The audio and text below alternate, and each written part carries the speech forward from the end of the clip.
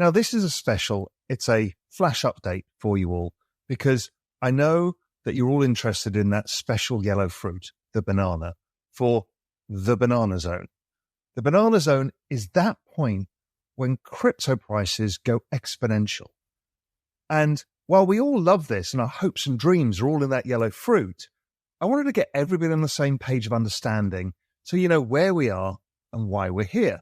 So I'm going to run through a selection of charts, many of which you'll never seen before, that gives you a much deeper understanding of what's going on and what we might be able to look forward to ahead. Raoul Pal has been warning us that the banana zone is coming, and it looks like it's now here. Bitcoin is the talk of the financial world, finally breaking the $80,000 level, as it trades for around $81,000, up 17% in the past 7 days. In his Journeyman discussion, Raoul breaks down why him calling for the banana zone is extremely predictable and based on a cyclical trend that has been happening since 2008. According to Raoul, the demographics of society, particularly in America, is the reason for this 4-year cycle. The decline of the workforce has put pressure on the government to excessively print fiat to substitute for the decline of the population. While the overall outlook of the economy seems grim, Raoul reiterates that this is the time that we've all been waiting for. The time for crypto assets to exponentially increase. Let's listen to what Raoul has to say. The labor force participation rate in black here has been falling for a couple of decades. That is because the population is beginning to age, and so less people are in the workforce. Now, you can see in pink, it's the births-deaths rate that is actually driving this. So as population growth has been slowing, the workforce slows over time as people get older. Okay, so that's pretty clear. An old population, however, because of the magic formula, less people in the workforce means less GDP. So trend rate of GDP has been slowing. So the economy's been slowing over time. This chart is a chart you'll never see anywhere else, and I think it's the single most important chart in all of global macro. So what is it? It's that same labor force participation rate, but this time it's against US government debt as a percentage of GDP. Now it's inverted here, and what it basically tells you is that as the labor force declines in size, or percentage of people involved in the labor force, the government takes on more debt to offset the growth. This is what it's all about. This is the big economic mess we're in. It's a mess created by demographics that I've talked about before. This chart is incredibly important. Now, look at the little divergence recently where government debt has been growing, but the labor force participation rate hasn't. That's the recent influx in immigration in the United States over the last 2 years, where some 6 million people or so have immigrated into the US, and that has kept the labor force participation rate higher, offsetting the retirees. But that's unlikely to continue, particularly with the new government. So what we'll see is the labor force participation rate decline and government debts keep growing. Okay, so we've got all of these massive debts. I've talked to you about the everything code. The everything code is the servicing of these debts by using liquidity. So liquidity is the debasement of currency. To service these debts, they print more money to service them. It's as simple as that. That is the game we're in. That is the everything code game. Let's talk about liquidity, because I think you've heard me talk about this before. It is super important. Liquidity keeps growing. That's the debasement of currency. It's growing at 8% a year. That means the value of scarce assets, S&P 500, real estate, gold, should grow at about 8% a year just because the currency is being devalued. Now, there's another maybe 3% inflation rate to add to this, so 11% is your hurdle for your future self not to be getting any poorer, and most assets just don't do it.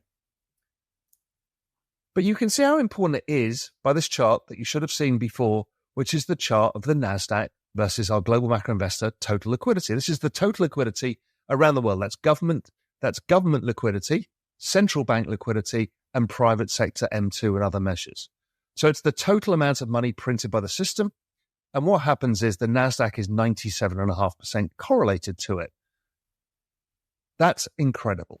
The other extra bit that's not correlated that you're seeing now is the secular growth in technology. Because technology is a secular trend, because tomorrow is more digital than today. And obviously, Bitcoin, massively driven by total liquidity. This time it's about 87.5% correlated. Reason being, there's a faster adoption curve, exponential growth that happens in Bitcoin or all cryptocurrencies. So that's what lowers the correlation, is in fact the outperformance. But anyway, liquidity drives everything. Now, since 2008, everything has become cyclical, because in 2008, every central bank around the world reset interest rates to zero. It was like a debt jubilee. You don't have to pay your interest, so the world could kind of recover from the debt blow-up of 2008. And for about 10 years, we had zero interest rates. And what the governments did is they reset all of their debts to between 3 and 5 years. That cycle has created a perfectly cyclical business cycle. The ISM, the Institute of Supply Managers survey, what we've got here is in black is the current cycle, which is it's currently at its lows, but the forward-looking is actually just the previous cycle moved forwards and inverted, because it keeps repeating the same cycle. So that same cycle is repeatable and understandable and forecastable. Sure, the wiggles may change, the direction will be right. And it's driven by this. This is the distribution of debt in the United States. If you look at the first two boxes, well, that's what 72% of the entire debt structure is 1 to 5 years, which is what I talked about before. This is what's causing the cyclicality that you see in the economy and these 4-year cycles. So because they're using the liquidity to manage the debt, the rollover years, which tends to be this yellow and the kind of weird peachy color, the summer and fall, those are when the peak debt rollover happens. So they add lots of liquidity. So if you look at that, you can see the liquidity piling into the system as they start rolling those debts over, and they need to print more money because they have to issue new debt to pay the interest on the old debt. Sometimes they use a central bank balance sheet. Other times they just create liquidity, and it's done on a globalized basis. Right now, China's the big liquidity driver.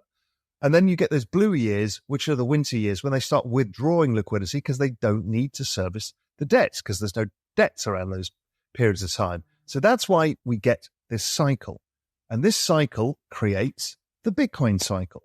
It actually corresponds with the presidential election cycle and also the Bitcoin halving cycle. They're all those summer months. The summer months tend to be pretty strong. You can see the previous examples, 2012, 16, 20, all good months, all good seasons or years. And then fall tends to be very strong. The fall in 2021 was still strong, but it had a stunted cycle because liquidity was starting to get withdrawn because they put so much in. But if you look at 2017 and 13, they were gigantic. So the fun is yet to come. When you look at it in year-on-year terms, you can see the cyclicality and how related Bitcoin is to global liquidity and how the seasons dictate that. So what we're looking forward to is the big rises in price ahead. To watch the rest of Raoul's Journeyman update, check out the link in the description. What are your thoughts? Do you think we are entering the banana zone? Do you agree with Raoul's thesis on how the market will perform based on demographics? Leave a comment. If you found value in the content, hit the like button, as it greatly helps the channel find similar viewers like you. If you're new to the channel, subscribe to stay updated on the current market and news. Thanks for watching, and we'll see you on the next one.